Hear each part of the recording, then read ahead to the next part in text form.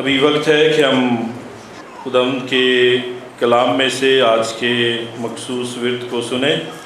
مقدس پولس رسول کا پہلا خط کرنتھیوں کی کلیسیا کے نام 13واں باب، پہلی آیت سے لے کے باب کے آخر تک ہم خداوند کے کلام کو سنیں گے۔ کلام مقدس میں یوں لکھا ہے: اگر میں آدمیوں اور فرشتوں کی زبانیں بولوں اور محبت نہ رکھوں تو میں ٹھنٹھناتا پیتل اور جنجناتی جانچ ہوں۔ اور اگر مجھے نبوت ملے اور سب بھیدوں اور کل علم کی واقفیت ہو اور میرا ایمان یہاں تک کامل ہو کہ پہاڑوں کو ہٹا دوں اور محبت نہ رکھوں تو میں کچھ بھی نہیں۔ اور اگر اپنا سارا مال غریبوں کو کھلا دوں یا اپنا بدن جلانے کو دے دوں اور محبت نہ رکھوں تو مجھے کچھ بھی فائدہ نہیں۔ محبت صابر ہے اور مہربان، محبت حسد نہیں کرتی، محبت شیخی نہیں مارتی اور پھولتی نہیں، نہ زیبا کام نہیں کرتی، اپنی بہتری نہیں چاہتی، جھنجھلاتی نہیں، بدگمانی نہیں کرتی، بدکاری سے خوش نہیں ہوتی بلکہ راستی سے خوش ہوتی ہے، سب کچھ سہ لیتی ہے، سب کچھ یقین کرتی ہے، سب باتوں کی امید رکھتی ہے، سب باتوں کی برداشت کرتی ہے۔ محبت کو زوال نہیں۔ نبوتیں ہوں تو موقوف ہو جائیں گی، زبانیں ہوں تو جاتی رہیں گی، علم ہو تو مٹ جائے گا کیونکہ ہمارا علم ناقص ہے اور ہماری نبوت ناتمام، لیکن جب کامل آئے گا تو ناقص جاتا رہے گا۔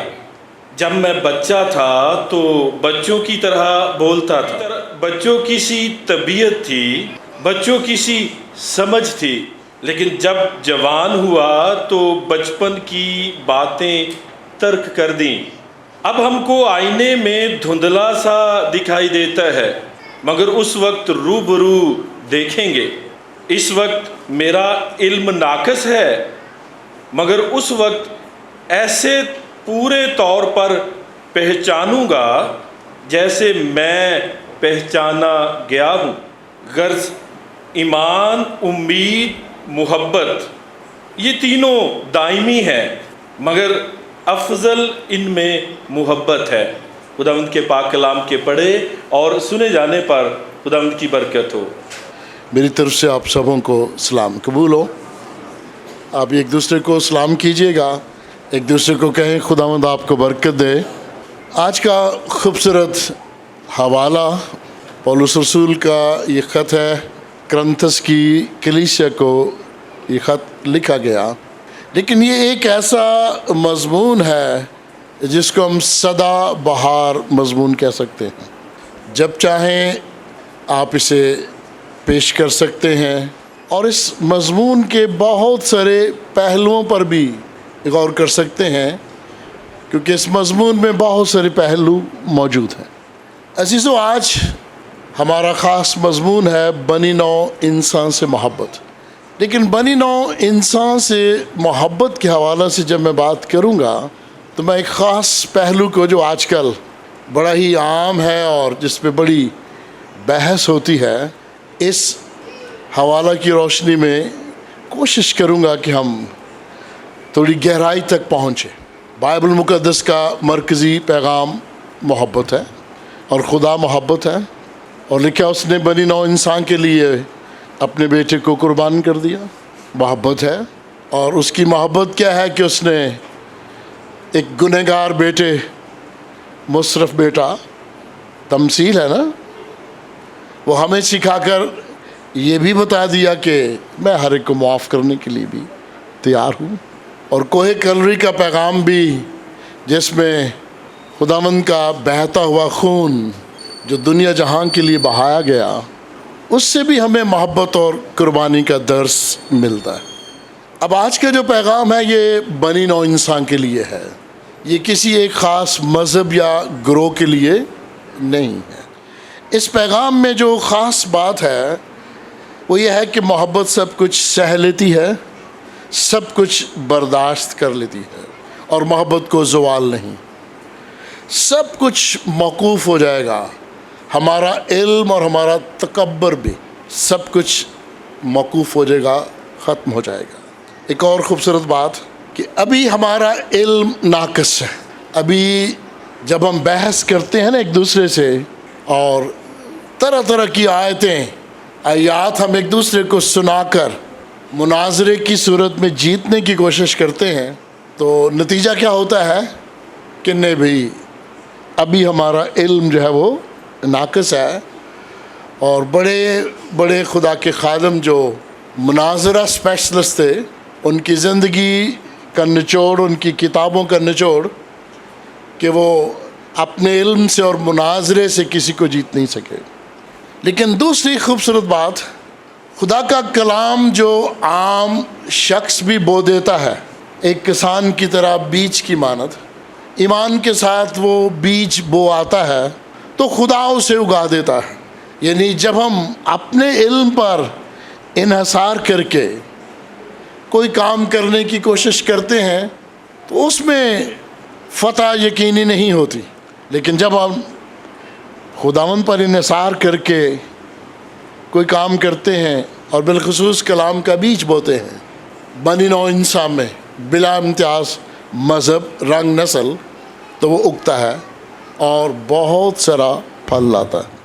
عزیزوں، پچھلے چند دنوں سے ایک خاص موضوع چل رہا ہے اور وہ قربانی کا ہے، اور میں ہر سال سکھانے کی کوشش کرتا ہوں جتنا علم میں نے اپنے استادوں سے حاصل کیا اور جتنا میں نے پڑھ کر سیکھنے کی کوشش کی، اور مجموعی طور پر پیدائش کی کتاب سے لے کے مکاشفہ تک مطالعہ کر کے کہ اس کا مطلب کیا ہے۔ آج میں ایک خلاصہ صاحب کے سامنے پیش کروں گا، کیونکہ ہم اکثر کم علمی کی وجہ سے، لا علمی کی وجہ سے، میں حماقت کا لفظ استعمال نہیں کروں گا، بے شک کچھ لوگ ایسے ہیں، لیکن یہ ایک نرم لفظ ہے، کم علمی کی وجہ سے ایسے موضوعات پر بحث کرنا شروع کر دیتے ہیں جن کے نتائج کا ہمیں پتہ نہیں ہوتا۔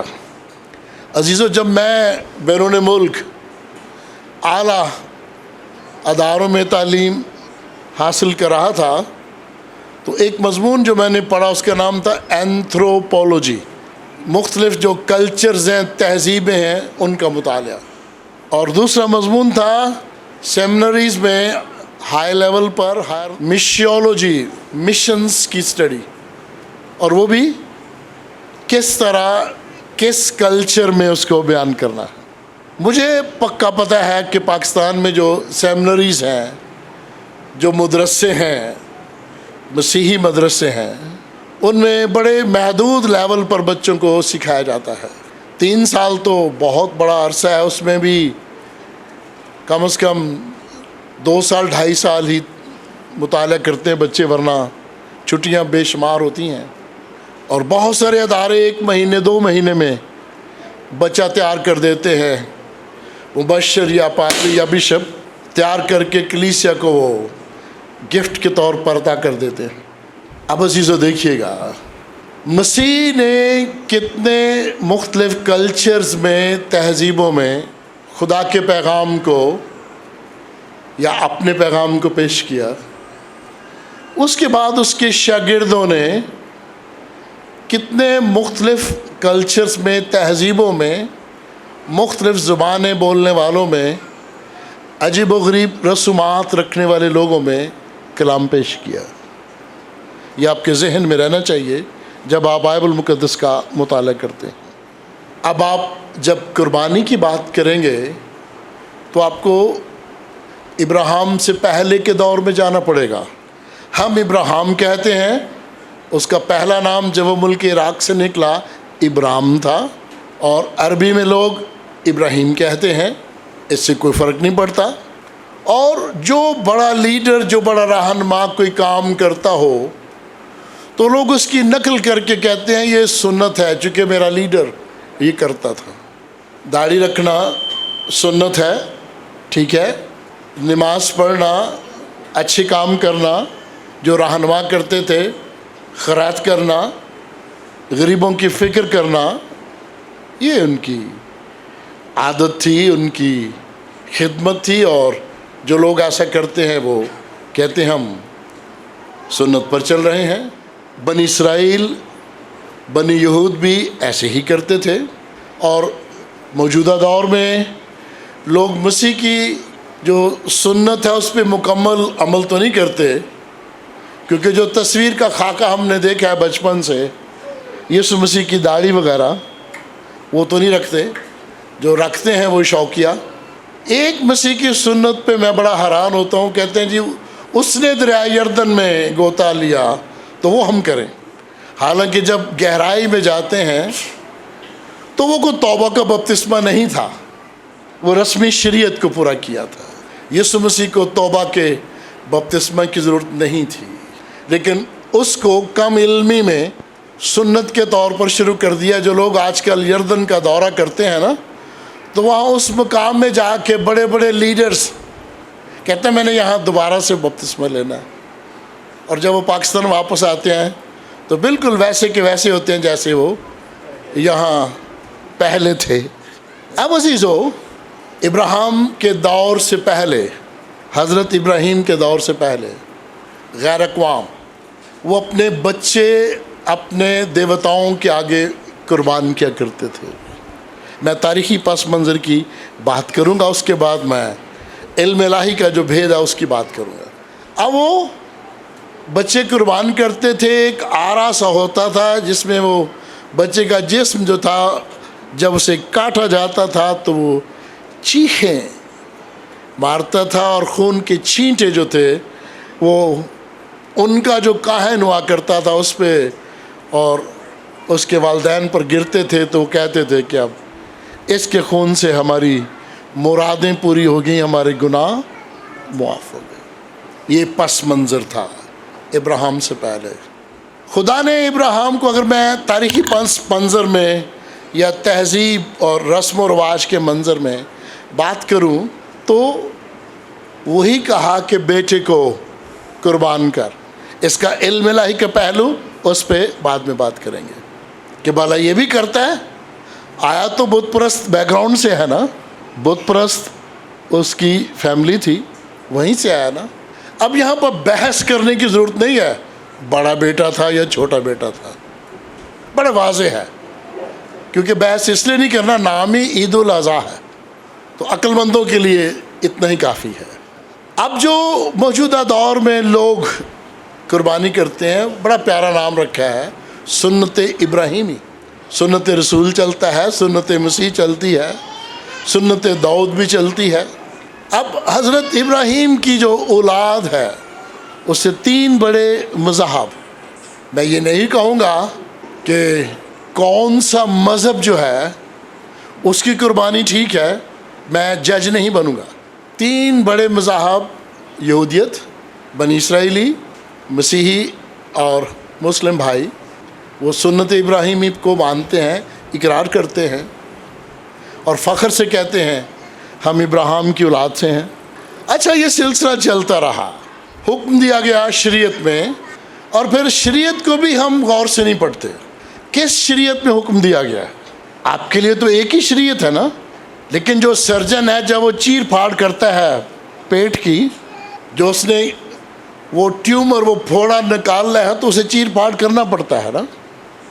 تو جب آپ شریعت کا گہرائی میں مطالعہ کریں گے تو آپ کو تین اقسام نظر آئیں گی: روحانی اخلاقی شریعت، 10 حکم جسے کسی نے نہیں بدلا; سماجی معاشرتی شریعت جس میں خدا کے دیے ہوئے قوانین تھے زندگی بسر کرنے کے لیے، بیاہ شادی کے، وراثت کے قوانین وغیرہ سارے اس میں شامل تھے، ویسے کا ویسا چل رہا ہے، اور دنیا کے بیشتر ملکوں میں برطانوی قانون کے ناطے سے اسے جانا بھی جاتا ہے، بنیاد ہے آج کے دور میں وہ قانون۔